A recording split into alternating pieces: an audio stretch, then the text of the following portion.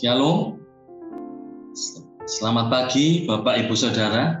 Selamat bertemu kita bersama-sama lagi beribadah. Meskipun secara online, mari kita menikmati persekutuan yang indah ini dengan hati yang penuh ucapan syukur. Sebelum kita mulai, mari kita berdoa bersama-sama. Terima kasih Bapak, kami mengucap syukur untuk hari yang baru, untuk rahmat yang baru. Kami pagi hari ini siap untuk mendengar firman-Mu. Kami mau buka hati kami, buka telinga kami, dan kami minta urapan bagi hamba-Mu dan gereja-Mu, agar dapat berkonsentrasi menikmati perkataan Tuhan yang menghibur, menguatkan, bahkan menegur kami. Terima kasih Tuhan, dalam nama Yesus kami berdoa, kami mengucap syukur. Amin. Belum terlalu terlambat bila saya mengucapkan selamat Paskah, karena memang baru 4 hari lagi kita akan merayakan hari kenaikan Tuhan Yesus ke surga.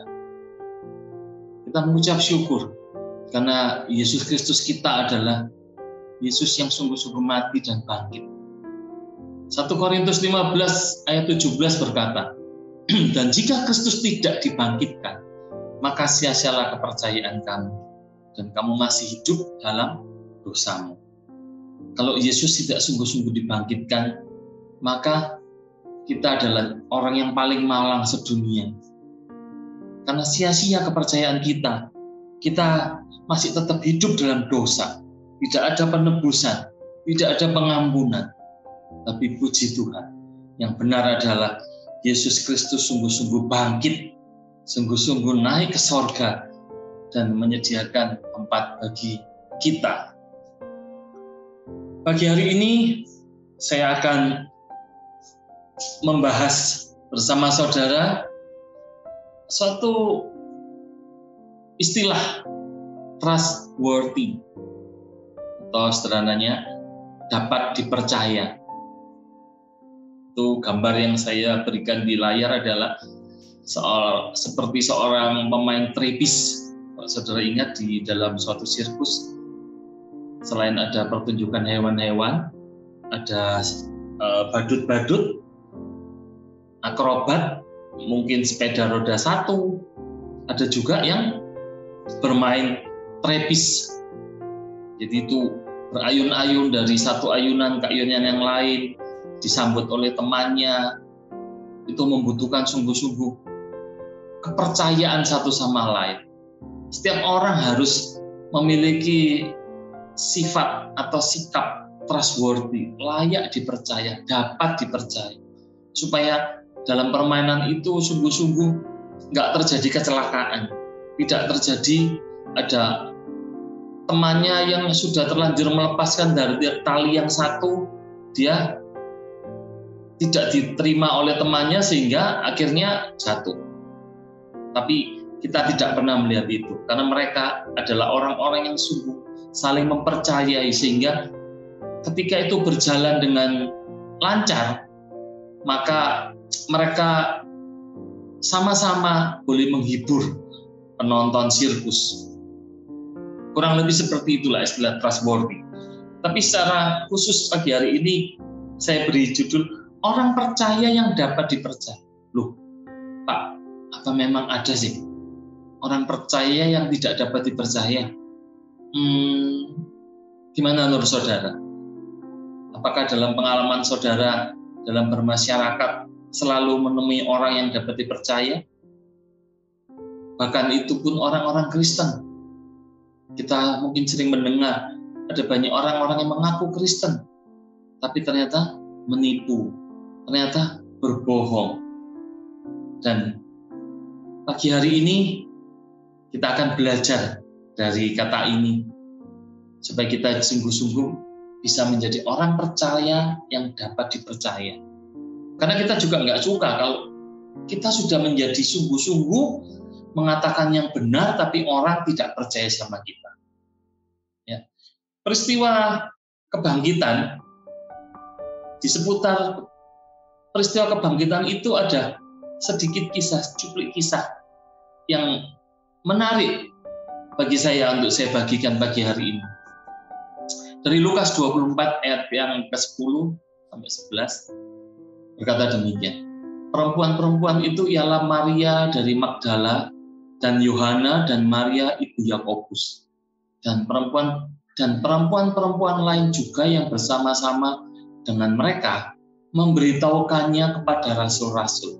Ini ketika mereka datang pagi-pagi ke kubur Yesus untuk merempah-rempahi mayat Yesus rencananya, tapi mereka menemukan kubur itu kosong.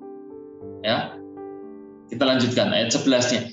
Tetapi bagi mereka, bagi murid-murid yang mendengarkan, perkataan itu seakan-akan omong kosong dan mereka tidak percaya kepada perempuan-perempuan.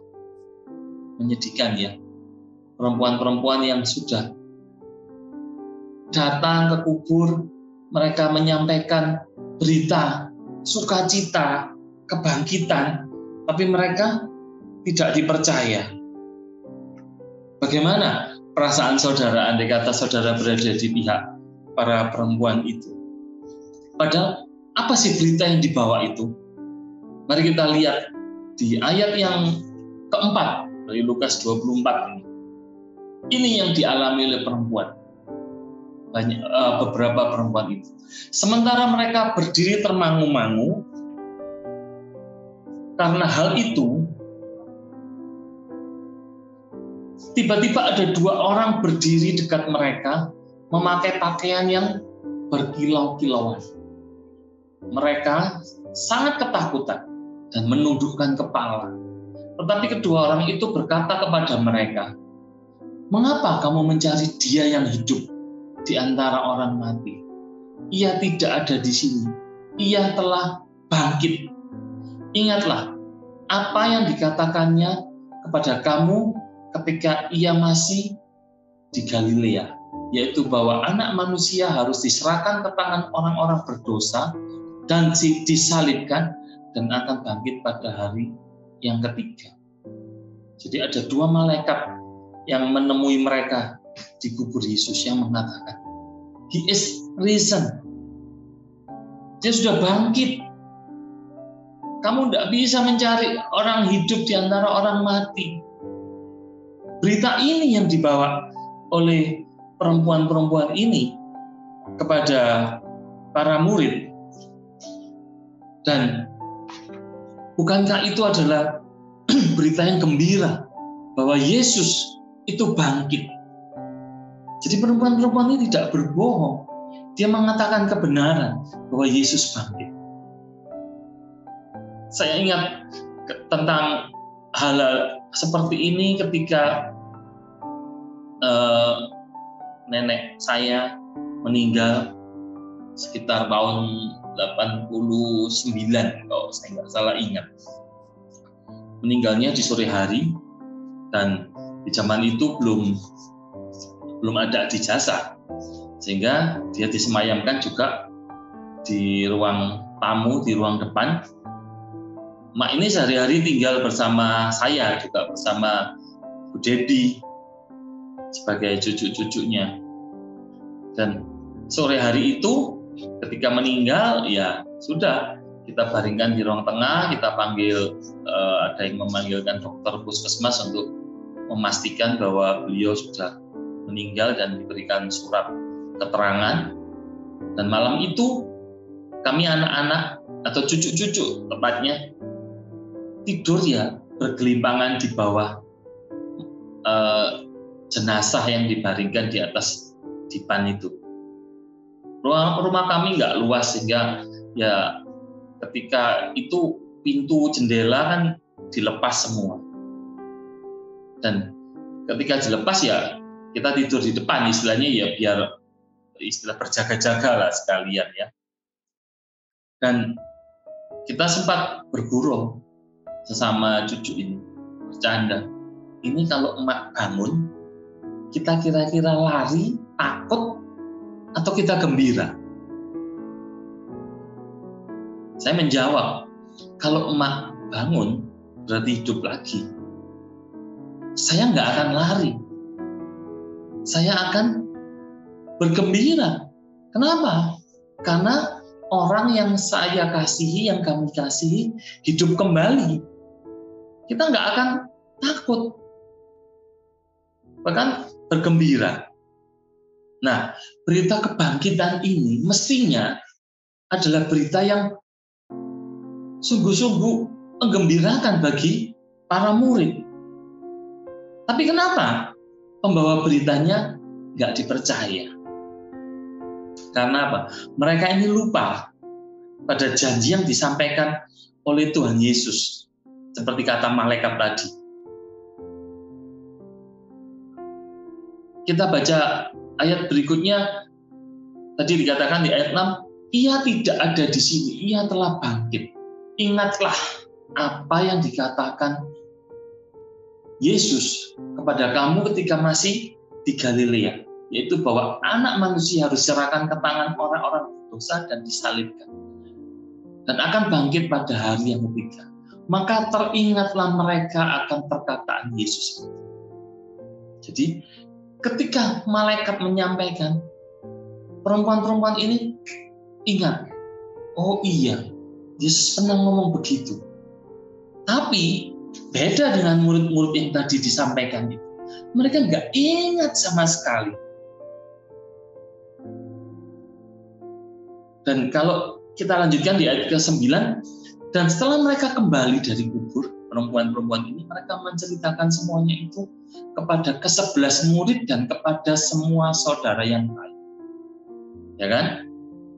Jadi mereka ini sudah diceritakan semuanya, pasti yang diucapkan malaikat juga pasti diceritakan kepada orang-orang ini oleh perempuan-perempuan.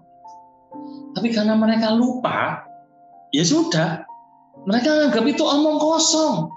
Mereka menganggap itu pembohong. Jadi lupa itu membuat perempuan-perempuan itu menjadi orang yang tidak dapat dipercaya bagi mereka. Sedih nggak sih? Menjadi orang yang tidak dipercaya, padahal mereka selalu bersama-sama loh. Apalagi setelah kematian Yesus, kira-kira berarti 3 hari yang lalu. Mereka bersama-sama. Tapi kok tega mereka ngomong, itu omong kosong. Mereka nggak percaya kepada perempuan-perempuan itu. Mari kita lihat. Di mana saja sih Yesus berkata, berjanji bahwa dia akan bangkit pada hari yang ketiga. Ini saya temukan di Markus pasal yang ke-8. Ini adalah yang pertama, ayat 31 ya. Kemudian mulailah Yesus mengajarkan kepada mereka bahwa anak manusia harus menanggung banyak penderitaan dan ditolak oleh tua-tua, imam-imam kepala, dan ahli-ahli Taurat, lalu dibunuh dan bangkit sesudah 3 hari. Hal ini dikatakannya dengan terus terang. Jadi Yesus bilang dengan terang-terangan akan bangkit sesudah 3 hari, hari ketiga. Tetapi Petrus menarik Yesus ke samping dan menegur dia. Maka berpalinglah Yesus dan sambil memandang murid-muridnya, ia memarahi Petrus, katanya, "Nyala iblis, sebab engkau bukan memikirkan apa yang dipikirkan Allah, melainkan apa yang dipikirkan manusia." Jadi sebelum peristiwa ini terjadi, Petrus sempat dipuji oleh Yesus. Ketika Yesus bertanya, "Menurut kamu siapa sih aku ini?" Petrus bilang, "Engkaulah Mesias, Anak Allah yang hidup." Ya. Nah, ini saudara bisa baca di ayat sebelumnya. Jadi, ketika Petrus berkata Mesias dan Yesus membenarkannya, maka di dalam pikiran Petrus adalah, oh, jadi ini akan jadi pembebas bagi Israel, pembebas bagi bangsanya yang sedang dijajah.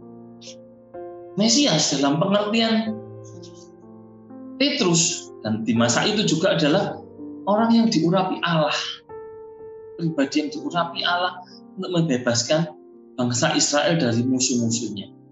Nah, Petrus berpikir, nah kalau Yesus jadi pembebas, Yesus jadi raja, diurapi, nah setidaknya aku jadi menteri lah ya, atau jadi pejabat tinggi, apa aja lah. Mungkin pokoknya ada jabatan lah, dan pejabat penting pokoknya. Karena itu dikatakan di ayat ke-32, Petrus menarik Yesus ke samping, menegur dia. Dia mengingatkan, bro, bukannya tadi kamu bilang kamu Mesias? Ngapain kamu bilang kamu mati dan bangkit? Lupa ini. Jadi Petrus ini yang diingat adalah omongan yang Yesus ngomong, dia punya agenda sendiri. Yesus bilang, engkau bukan memikirkan apa yang dipikirkan Allah, melainkan apa yang dipikirkan manusia. Nah, ini loh yang membuat kita ini lupa akan perkataan Tuhan Yesus. Mengapa? Karena menggunakan pikiran manusiawi. Bukan memikirkan apa yang dipikirkan Allah, tentang rancangan Allah dalam hidup kita. Tapi kita memikirkan apa yang mestinya terjadi dalam hidup kita. Yang enak-enak, mungkin cita-cita kita, mungkin kerinduan kita. Tapi kita tidak peduli bahwa Tuhan punya rancangan yang indah bagi hidup kita.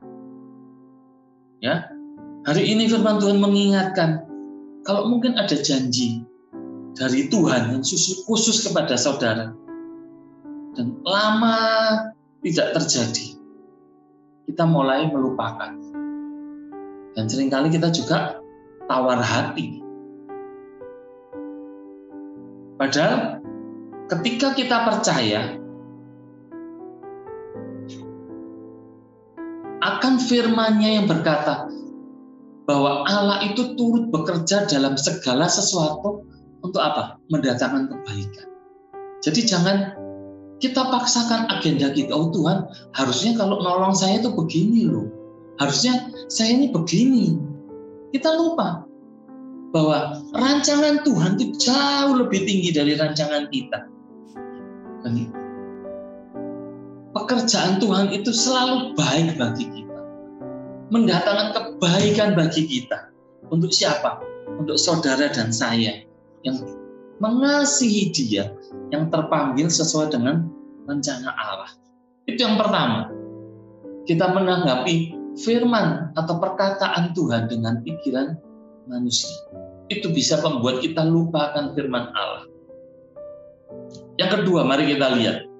Ini adalah pernyataan Tuhan Yesus yang kedua di dalam pasal berikutnya. Di Markus pasal 9 ayat 31 dikatakan, sebab ia sedang mengajar murid-muridnya. Ia berkata kepada mereka, Anak manusia akan diserahkan ke dalam tangan manusia dan mereka akan membunuh dia dan 3 hari sesudah ia dibunuh ia akan bangkit.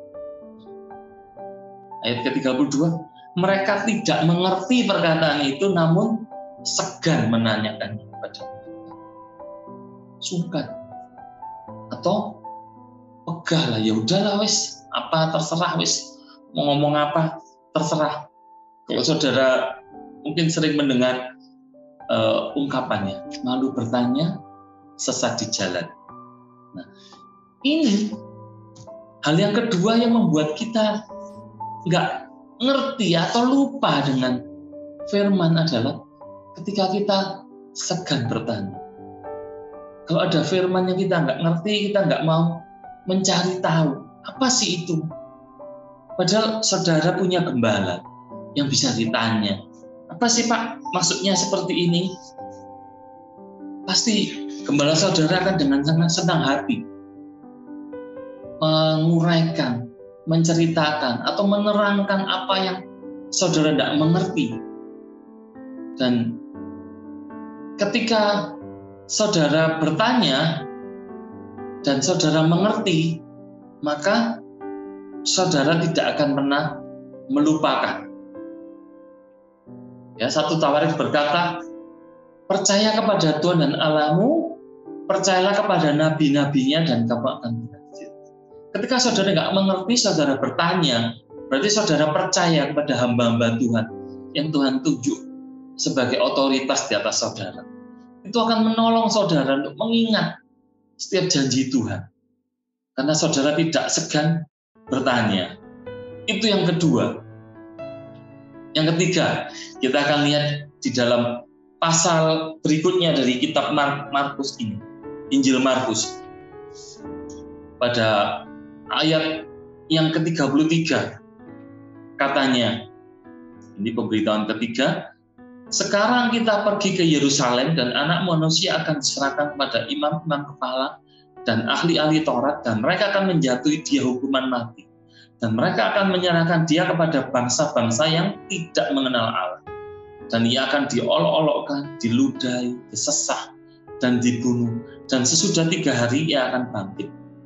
Lalu Yakobus dan Yohanes, anak-anak Zebedius, mendekati Yesus dan berkata kepadanya, Guru, kami harap supaya engkau kiranya mengabulkan suatu permintaan kami.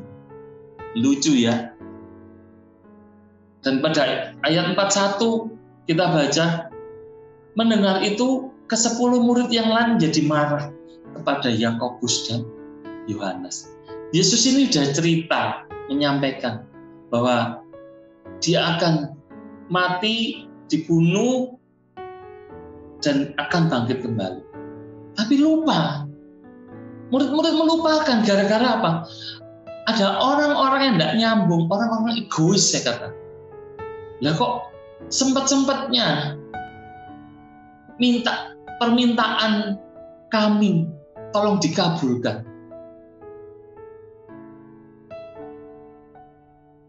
Dan murid-murid yang lain jadi marah.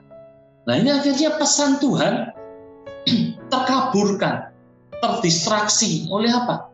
Ada yang kepentingan diri sendiri, ada yang marah, teman-temannya yang marah. Nah ini juga membuat lupa. Makanya kenapa murid-murid melupakan bahwa Yesus akan bangkit pada hari ketiga. Sudah 3 kali diberitahu. Yang pertama, yang kedua, yang ketiga, tapi selalu ada saja yang membuat mereka terdistraksi dan lupa. Nah, hari ini kita diberitahu bahwa egoisme, mementingkan diri sendiri, itu adalah perbuatan yang tidak disukai oleh teman-temannya, oleh teman-teman yang 10 murid Yesus yang lain. Dan hari ini kita diingatkan di dalam Galatia 5 ayat 5 sampai 19 katakan begini, perbuatan daging telah nyata, yaitu percabulan, kecemaran, hawa nafsu, penyembahan berhala, sihir, perseteruan, perselisihan, iri hati, amarah, kepentingan diri sendiri, percideraan, roh pemecah, dan seterusnya. Ada kepentingan diri sendiri di dalamnya. Sehingga bisa menimbulkan juga ada perseteruan, perselisihan. Ini membuat firman Tuhan, perkataan Tuhan Yesus terlupakan, terabaikan oleh murid-murid ini. Enggak cuma oleh 2 yang mementingkan diri sendiri, tapi juga oleh 10 yang lain yang marah, sehingga hilang apa yang disampaikan Tuhan. Sebaliknya, Filipi berkata, jadi karena dalam Kristus ada nasihat, Filipi 2 ayat yang pertama sampai keempat, ada penghiburan kasih, ada persekutuan roh, kasih mesra dan belas kasihan. Dan ayat ketiga saya lompati, dengan tidak mencari kepentingan sendiri atau puji-pujian yang sia-sia. Hendaklah dengan rendah hati yang seorang menganggap yang lain lebih utama daripada dirinya sendiri. Dan janganlah tiap-tiap orang hanya memperhatikan kepentingannya sendiri, tetapi kepentingan orang lain juga. Jadi ada 3 kali Yesus menyampaikan, 3 kali Yesus dilupakan perkataannya oleh murid-murid. Dan yang terakhir ini yang paling menyedihkan. ada agenda pribadi, ada kepentingan diri sendiri, dan ada perselisihan. Kalau yang pertama, Petrus menarik karena dia seolah-olah mau mengingatkan Yesus. Yang kedua, karena murid-murid nggak mau nanya, nggak ngerti, nggak nanya. Tapi yang ketiga ini lebih serius karena ada egoisme di sana. Ada perselisihan, ada kemarahan dari pihak yang lain. Ya, jadi pagi hari ini kita diberikan nasihat firman Tuhan. Apa yang menjadi hal-hal yang menyebabkan kita gagal menangkap firman Tuhan? Yang pertama, kita gagal menanggapi perkataan Tuhan Yesus karena kita menggunakan pikiran manusiawi kita. Kita tidak menggunakan pikiran Allah. Yang kedua, kita segan dan malu bertanya. Kemudian berikutnya yang ketiga, yang tadi saya bilang paling parah, yaitu mementingkan diri sendiri dan ada kemarahan. Jadi 3 hal perkataan Yesus 3 kali dilupakan gara-gara hal-hal seperti ini.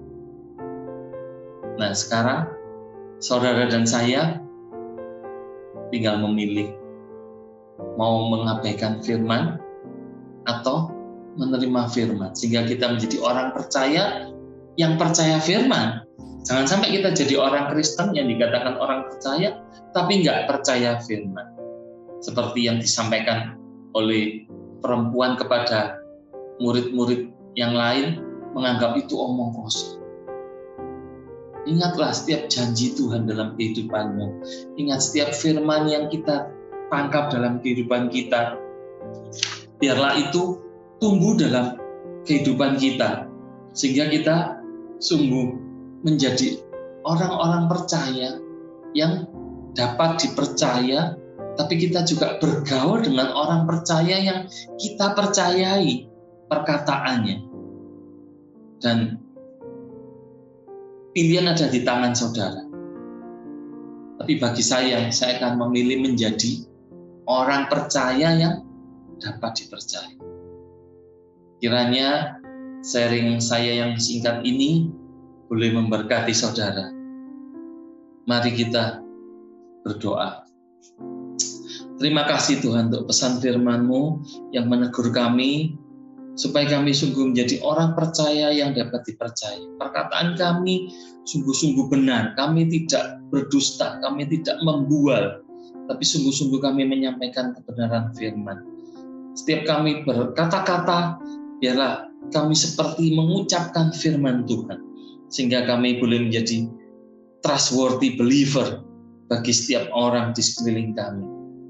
Kami mau percaya firman-Mu, dan kami akan menjaga firman-Mu, menanam firman-Mu tertanam dalam kehidupan kami, boleh bertumbuh, berbuah, menjadi berkat yang dinikmati oleh orang-orang lain. Dan sekarang saudara, kembalilah dalam kehidupan-Mu, terimalah berkat Tuhan. Kiranya Tuhan berkati engkau dan melindungi engkau, Tuhan menyinari engkau dengan wajah-Nya dan memberi engkau kasih karunia. Tuhan menghadapkan wajah-Nya kepadamu dan memberi engkau damai sejahtera. Terimalah semua berkat ini dengan iman di dalam nama Bapa, Putra, dan Roh Kudus, di dalam nama Tuhan kita Yesus Kristus. Mari kita yang percaya menerima berkat ini bersama-sama berkata, amin. Selamat hari Minggu, Tuhan memberkati. Shalom.